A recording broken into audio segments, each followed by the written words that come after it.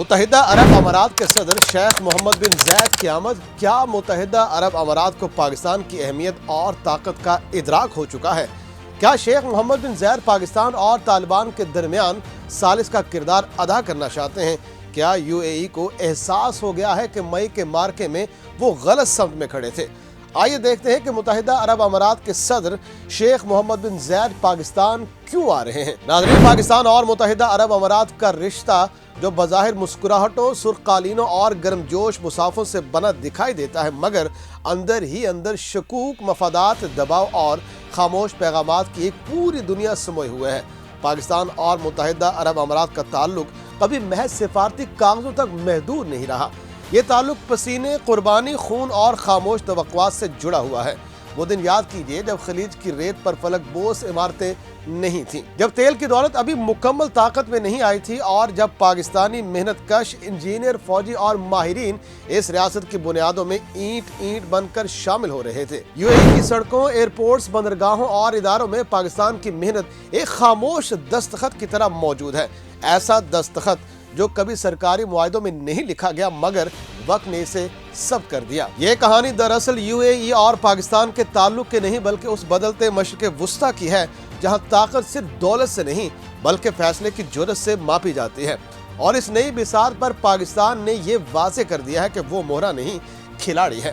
اب سوال صرف یہ نہیں کہ ابو ظہبی کیا چاہتا ہے، اصل سوال یہ ہے کہ وہ اس بدلتے پاکستان کو کس نظر سے دیکھتا ہے، کیونکہ اب اس رشتے میں خاموشی بھی بولتی ہے اور ہر قدم ایک پیغام بن چکا ہے۔ پاک یو اے ای تعلق صرف معاشی یا افرادی تعاون تک محدود نہیں رہا۔ دفاعی میدان میں بھی پاکستان ایک ایسا نام تھا جس پر یو اے ای بھروسہ کرتا تھا۔ پاکستانی فوجی تربیت، سیکورٹی مشاورت اور عسکری تعاون وہ ستون تھے جن پر یو اے ای کی ابتدائی دفاعی سوچ کھڑی تھی۔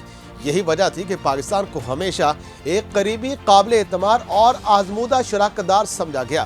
مگر تعلقات ہمیشہ سیدھی لکیر میں نہیں چلتے، وقت کے ساتھ ترجیحات بدلتی ہیں، نئے اتحادی ابھرتے ہیں اور پرانے رشتے آزمائش میں ڈالے جاتے ہیں۔ وقت بدلا تو خلیج میں طاقت کی نئی تشریحات سامنے آئیں۔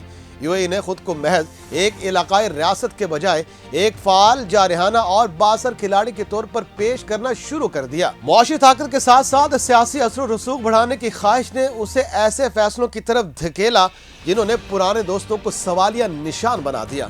یہی وہ مرحلہ تھا جہاں پاکستان اور یو اے ای کے تعلق میں پہلی بار ایک غیر محسوس دراڑ پیدا ہوئی۔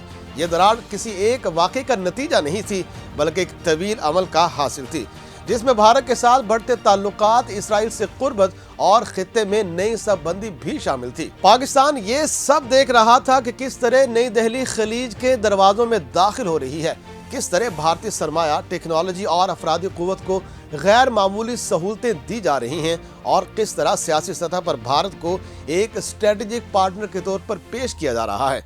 اسلام آباد نے اس پر فوری رد عمل نہیں دیا، کیونکہ وہ جانتا تھا کہ تعلقات کا توڑ بیانات سے نہیں، صبر سے ہوتا ہے۔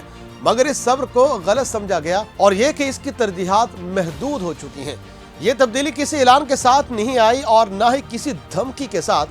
یہ تبدیلی آہستہ آہستہ، خاموشی سے اور پوری تیاری کے ساتھ آئی۔ مئی کی جنگ نے اس بدلتی سوچ کو واضح کر دیا۔